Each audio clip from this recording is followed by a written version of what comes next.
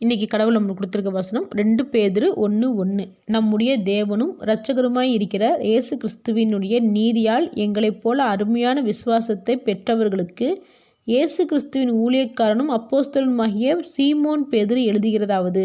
இந்த வசனத்தை கொண்டு கடவுள் நம்ம என்ன சொல்கிறது பார்ப்போம். இந்த வசனத்தில் எங்களைப் போல அருமையான விசுவாசத்தை பெற்றவர்களுக்குன்னு யார் சொல்கிறா? பேதுரு சொல்கிறான். ஆனால் நம்ம எல்லாரும் அவனை தேவனை மறுதளித்தவன் அப்படின்னு ஒரு குற்றச்சாட்டு பண்ணுறோம். உண்மைதான், தேவனை மறுதளித்தவன் தான். அப்படிப்பட்டவன் அருமையான விசுவாசத்தை பெற்றவன்னு பெருமையாக சொல்கிறான்.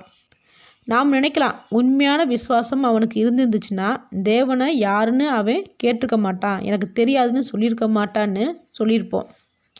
ஆனால் தேவன் அவனுக்கு மறுபடியும் ஒரு வாய்ப்பு கொடுத்து என் ஆடுகளை மேய்ப்பியான்னு கேட்ட உடனேவும் பேதுரு தேவனை மறுதளித்ததை நினச்சி பார்த்து எவ்வளவு கஷ்டம் வந்தாலும் பரவாயில்ல, தேவன் நமக்கு கொடுக்குற வாய்ப்பை பயன்படுத்திக்கிறோம்னு நினச்சி தேவன் கட்டளைக்கு கீழ்ப்படிஞ்சு எல்லா கஷ்டங்களையும் கொடுமைகளையும் தாங்கி கொண்டான். ஆனால் நம்ம ஈஸியாக பேதுருவை மறுதளித்தவன் பேசிடுறோம். நாமளும் எத்தனையோ தடவை தேவனை ஒதுக்கி வச்சிடுறோம்.